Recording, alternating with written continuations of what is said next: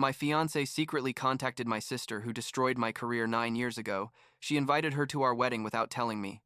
So I canceled everything 3 weeks before the wedding, and she never saw the consequences coming. I'm 31 years old. I work in marketing, and about 6 months ago, I canceled my wedding 3 weeks before the date. I know it sounds crazy, and believe me, I also thought I was making the biggest mistake of my life. But now, looking back, it was probably the best decision I could have made. The thing is that my fiancée, Hannah, who I'd been with for 5 years, did something that basically destroyed all the trust we'd built, and it has to do with my sister Melissa, who I hadn't spoken to in 9 years. And when I say 9 years, I'm not exaggerating. Like, I literally hadn't exchanged even a text message with her since I was 22. And there's a very specific reason for that, which I'm going to tell you about. I guess I should start at the beginning. When we were kids. Melissa is 3 years younger than me, so she's 28 now, and for as long as I can remember, she was extremely competitive with me. I don't know if it was because I was the oldest child or what, but everything, absolutely, everything I did became a competition for her. If I got good grades, she had to get better ones. If I joined the soccer team, she had to be the star of the girls' team. When I won a science award at school, she literally cried for 3 days, and my parents had to buy her something special to calm her down. I was like 14 at the time and thought, well, she's my younger sister, it's normal for her to see me as a reference or something, right? But looking back, there were already signs that this wasn't normal sibling admiration, but something much darker. Things got worse when we got to high school. I was decent at sports, had friends, did well academically, nothing spectacular but not bad either. Melissa, on the other hand, became obsessive. She checked my grades, asked my friends about my plans, basically monitored every aspect of my life. There was this one time I got a small scholarship for a summer leadership camp, and she made such a scene at home that my parents ended up sending her to a more expensive camp too, just to keep the peace. I was like, seriously? But my parents were always the type that avoided conflict at all costs, so they never really set boundaries with her. When I graduated from college, I got an amazing job at a pretty prestigious marketing firm in Austin. It was literally my dream job, the type of position many recent graduates would kill to have. They'd offered me a decent salary, good benefits, and the opportunity to work with major brands. I was super excited. I mean, I'd worked really hard for 4 years for this, had done like 3 unpaid internships, had built a solid portfolio, and finally everything was working out. I told my family over dinner, and while my parents were happy, though with that kind of cautious happiness because they already knew how Melissa was going to react, my sister barely looked at me. She said something like, "Good for you," but her face said something completely different. Melissa at that time was in a 3rd year of college, studying I don't know what exactly, because she changed majors every semester. I think she was in psychology at that point, or maybe it was communications. I honestly don't remember well. The point is, she wasn't having the same kind of academic or professional success I'd had, and that was clearly killing her inside. 2 weeks after I announced my new job, things went to hell in a way I never, ever could have imagined. Turns out Melissa created fake social media accounts in my name. Not one, but several. On Twitter, Facebook, Instagram, basically all the major platforms. And on these accounts, she posted absolutely horrible content, like racist, misogynistic, homophobic comments, everything you can imagine. She used photos of me that she'd taken from my real profile, added information about where I studied, where I was going to work, everything. She basically created a version of me that was a complete monster. And then, because apparently that wasn't enough, she started following and commenting on the pages of the firm where I was going to work, leaving horrible comments about their clients, about the industry, about everything. I didn't realize anything until I got a call from the HR department of the firm, like a week before I was supposedly going to start. The woman from HR sounded uncomfortable, asking me if I was the owner of certain social media accounts. I was super confused. Like, what are you talking about? She sent me screenshots and I almost had a heart attack. There was my face, my name, saying things I would never say in my life. I tried to explain to them that it was clearly fraud, that someone was sabotaging me, but the damage was already done. They told me the firm had a zero-tolerance policy with this type of behavior, that they couldn't risk the company's reputation, and that they regretted to inform me they were rescinding the job offer. I was paralyzed. I literally sat on the floor of my apartment with the phone in my hand, unable to process what had just happened. My dream job, everything I'd worked for, gone in a 10-minute phone call. I immediately knew it had been Melissa. I don't know how I knew, but I knew. It was the kind of twisted and calculated thing only she would do. I went straight to my parents' house, where she still lived, and confronted her in her room. I'll never forget that conversation. She was sitting on her bed with her laptop. She just sat there looking at me with this totally cold expression and said, "Maybe if you weren't so perfect all the time, I wouldn't have to level you." Those were her exact words, level you. As if destroying my career was some kind of justified act of cosmic justice. I yelled at her, which I almost never do, told her she was a psychopath, that what she'd done was literal criminal sabotage, that I could get her in serious legal trouble. She just shrugged and said, I had. No proof it had been her, that the accounts used VPNs and disposable emails, that she'd been careful. My parents heard the commotion and came upstairs. I told them everything, expecting that finally, they'd give her real consequences. But no, they did what they always did. My mom started crying. My dad said it was surely a misunderstanding, that Melissa wouldn't do something like that maybe someone else was messing with me. Melissa took advantage and started her own tearful show, saying, how could I accuse her of something so horrible that I always blamed her for everything, basically playing the victim. It was in that moment I realized I was never going to have my parents' support in this, that they were always going to protect her because she was the youngest, because she was the one who always needed more attention. I left that house and decided it was over. I cut all contact with Melissa, blocked her from all my social media, from my phone, from my email. I told my parents I didn't want to see her again, that if they wanted to have a relationship with me, it had to be without her present. They thought I was overreacting, that eventually it would pass, but I never did. For 9 years I maintained that distance. I saw my parents for important holidays, but I always made sure Melissa wasn't there, and if she showed up, I left. It was hard at first, I'm not gonna lie, but over time it became easier having that clarity that she simply couldn't be in my life. After all that disaster, I had to rebuild my career from scratch. It took months to clean up my online reputation, contact the firm to explain to them with forensic evidence that those accounts were fake, but the damage was still done and they never rehired me. Eventually, I got another job, not as good as the original one, but decent, and I slowly climbed up. By the time I was 26, I was in a professionally stable place, not spectacular, but solid. And it was at that point that I met Hannah. Hannah is, I guess, although I don't know what she is to me now, amazing in many ways.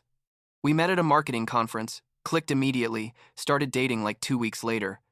She was smart, funny, ambitious, everything I was looking for in a partner. I told her about Melissa after a few months of dating, basically everything that had happened, and she seemed to understand. She said, I was right to maintain those boundaries, that what Melissa had done was unforgivable, that she supported me completely, for 4 years. More or less, everything was fine with that topic. Hannah met my parents, understood the weird dynamic we had where I saw them, but Melissa was never present, and it was never a real problem. Like 2 years ago, I proposed to her. It was at the beach, super cliche, but she loved it, and we started planning the wedding. The first few months, everything was exciting. We were looking at venues, trying cakes, doing all those things engaged couples do. But then, like 6 months, before the wedding date, Hannah started mentioning Melissa. At first, they were casual comments like, are you sure you don't want to invite her? She's your only sister. Maybe this could be an opportunity to make peace. I told her no, that wasn't going to happen, that my wedding wasn't going to be the place for some kind of forced family reunion. She said she understood but kept subtly pushing. Then it became less subtle. She started saying things like, family is important, life is short. Maybe I was being too hard on Melissa. That everyone makes mistakes when they're young. I reminded her that Melissa hadn't been a child when she sabotaged my career. She was 19 years old. She was an adult who made conscious and calculated decisions to destroy me. Hannah argued that 9 years was a long time, that surely Melissa had matured, that maybe she regretted it. Every conversation about this ended with a small argument, and I was starting to feel this weird tension we'd never had before. 3 weeks before the wedding, we were in our apartment finalizing the last details. Hannah was on the laptop checking something about the guest list, and I noticed she was acting weird, like nervous. I asked her what was wrong, and after like 5 minutes of me insisting, she finally let it out. She told me she'd contacted Melissa months ago, that they'd been talking, and that she'd invited her to the wedding. I felt like I'd been hit in the stomach with a baseball bat. I asked her if she was joking, because it had to be a joke, right?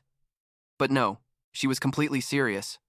She said she thought this could be good for me, that Melissa had sounded very regretful on the phone, that she felt that as my future wife she had the responsibility to help me heal my family relationships. I was in total shock, like I couldn't even process what I was hearing. I told her how could she do something like that behind my back, that I'd made it super clear that Melissa couldn't be in my life, much less at my wedding.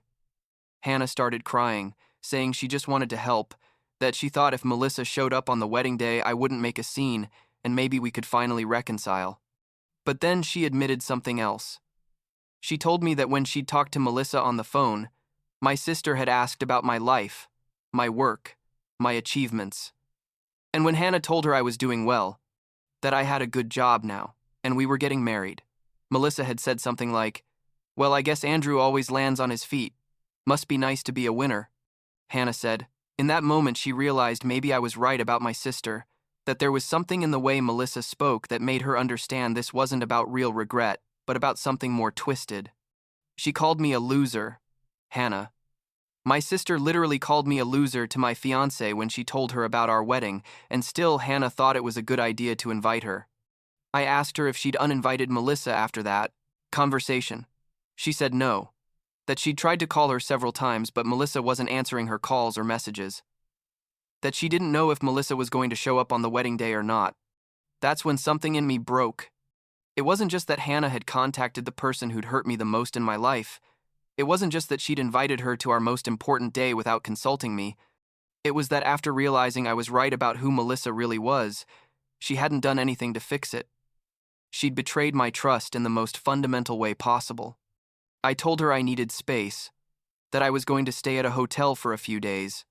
She panicked, saying we couldn't separate 3 weeks before the wedding, that we could fix this, that she'd cancel everything with Melissa, whatever it took. But I knew the damage was already done. It wasn't just about Melissa coming or not to the wedding. It was about the fact that Hannah had made a massive decision that directly affected me without even consulting me. And that decision specifically involved the one person I'd explicitly asked her to keep out of our lives. I stayed at a hotel for like 4 days, thinking. I talked to a couple of close friends, and they all told me the same thing, that this was a huge violation of trust, that if Hannah could do this now before we got married, what other important decisions would she make without consulting me after we were married? I thought a lot about whether I was overreacting, if maybe I should forgive her because her intention was good even though her execution was terrible, but I couldn't shake this feeling that if I married her now, I'd basically be telling her that this type of behavior was okay. I went back to the apartment and told her I couldn't marry her. Hannah fell apart, literally threw herself on the floor crying, saying she'd made a mistake, but that she loved me, that we could go to couples therapy, that I shouldn't throw away 5 years over, something that could be fixed. But I didn't feel this was fixable. I told her the problem wasn't just that she'd contacted Melissa, but that fundamentally she didn't understand why that was so wrong. Even now, she was still trying to justify it as just trying to help. If she really knew me, if she really respected my boundaries, she never would have considered doing something like that in the first place. The next few days were absolute chaos. I had to call the venue and cancel, lose the deposit, which obviously wasn't refundable. I contacted all the vendors, the photographer, the DJ, the florist, basically dismantled an entire wedding in a matter of days. It was humiliating having to explain to each person that the wedding was canceled. Some asked why, and I just said irreconcilable differences, because I wasn't going to give details of my personal life to strangers. I told my parents, And obviously they were devastated, but more than anything confused. My mom kept asking if I couldn't just forgive Hannah, that everyone makes mistakes. And I thought, does no one really understand why this is so serious? Like a week after I broke up with Hannah, I got an email from Melissa. I don't know how she got my personal email because I had her blocked from everything, but there it was. It was long, probably like 3 pages if you printed it, all about how she'd changed, how she deeply regretted what she'd done, how she'd been in therapy, how she understood now that she'd been extremely immature and cruel. She said Hannah had told her about the canceled wedding, that she felt it was her fault, that she just wanted the chance to apologize in person. I read it once and deleted it. I didn't respond, didn't react, just eliminated it from my life like I'd eliminated her. My parents tried to do one of those family interventions like 2 weeks later. They invited me to dinner, supposedly just the 3 of us, and when I arrived, Melissa was there, sitting in the dining room. It was a total ambush. My dad started with a speech about how family is the most important thing, that 9 years had passed, that Melissa wanted to apologize, all that stuff. Melissa was there with a regretful face, saying the same thing she'd written in the email. I looked at all of them, got up from the table, and left without saying a word. My mom called me like 50 times that night, leaving me voicemails about how I was being cruel. But I wasn't being cruel. I was protecting my mental peace. The last few months have been weird. I had to move out of the apartment I shared with Hannah because technically it was in both our names and it was very awkward, dividing everything. I got a smaller place, but it's completely mine, and that feels good, you know? Like a space that's not contaminated with all the drama. Work has been my salvation. Honestly, keeping busy has been the best therapy. I've had to explain to mutual friends with Hannah what happened. Some understand, others think I overreacted. But I've learned I can't control what people think. Last week I went to a party on a rooftop, something casual organized by a coworker. I didn't know many people there, but I ended up talking to a woman named Victoria who works in graphic design. It was easy to talk to her, like without pretensions or expectations, and I realized that for the first time in months, I wasn't thinking about Hannah or Melissa or the whole situation. I was just present in the moment, laughing at something she said about her cat who apparently hates all humans except her. I don't know if anything's going to happen with Victoria. Probably not because I'm still processing all this, but it was refreshing to feel like maybe I can start over without all this baggage. I don't know if I made the right decision canceling the wedding. Part of me, a small part, wonders if I should have given Hannah another chance, if I should have gone to couples therapy like she wanted. But most of me, the part that had to rebuild my life after Melissa destroyed it, knows I couldn't marry someone who didn't respect my most fundamental boundaries. And as for Melissa, I don't feel anything toward her now. It's not even hate. It's more like total indifference. She made her decisions 9 years ago, and I made mine. That's all there is to it.